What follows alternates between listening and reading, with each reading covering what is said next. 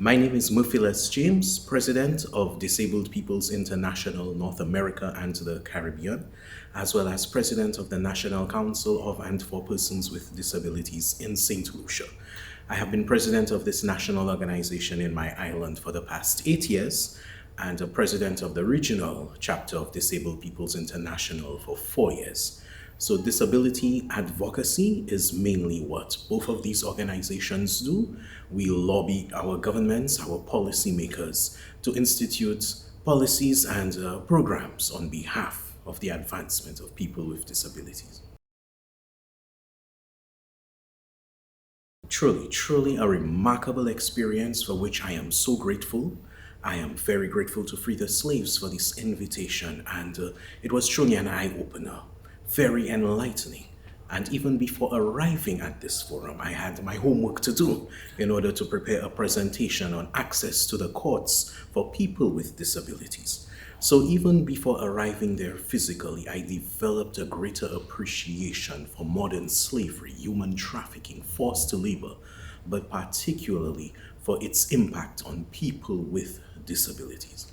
People have asked me, what is the connection between disability and modern slavery? And the truth is, authorities such as the US State Department, in its Trafficking of Persons report in 2016, highlighted that persons with disabilities are especially vulnerable to human trafficking. The Office of Victims of Crime in the US gave some specific reasons as to why that is the case.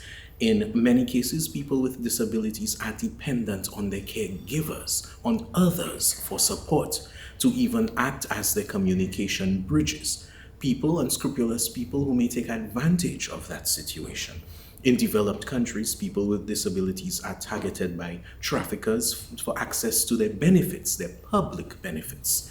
In many other cases more relevant to our region, people with disabilities rely on their family members for their basic needs, food, clothing, shelter, and when poverty enters that equation, you understand how for economic reasons, people with disabilities may be forced into situations, especially of sexual exploitation.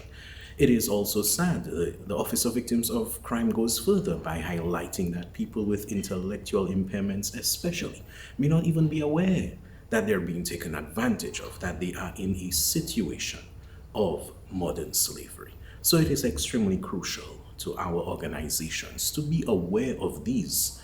And in Trinidad, one of the most startling things I learned is that most of the victims of modern slavery rely on self-rescue, getting themselves out. Imagine for people with physical and intellectual impairment who are truly unable to do that. It means we have a lot of work to do. Well, immediately coming out of Trinidad, I embarked on educating my regional colleagues, my fellow presidents of disability organizations in the region, of this glaring issue, which I confess it has not been a priority issue for us. We're dealing already with providing relief supplies, food, clothing, basic supplies to our members. In Saint Lucia, my organization manufactures prosthetic limbs because of the high rate of diabetes. We're also seeing about programs for training of our members. So the issue of modern slavery was not a priority issue, but coming out of the forum in Trinidad with that zeal, that energy, that greater awareness, I have already embarked on informing my regional colleagues of everything that we have learned and the need to establish a partnership with Free the Slaves. Especially in Trinidad, it was easy for me to see the potential benefits. It provided a platform, a forum to interact with experts, international experts across the justice system, survivors, people who are integrally involved in this fight. So I see the opportunity for networking, for capacity building. One of the basic needs of anyone is information, reliable, accurate information. So for mutual benefit, I see our organizations assisting Free the Slaves and this greater movement in ensuring that information is in accessible formats so that the blind, the visually impaired, people of hearing impairment, people with dyslexia can access this information. We need to ensure that websites are accessible to people with disabilities. So I see the mutual exchange of information, of skills, the exposure to the experiences, the lived experiences of survivors. And there is so much that we can do together.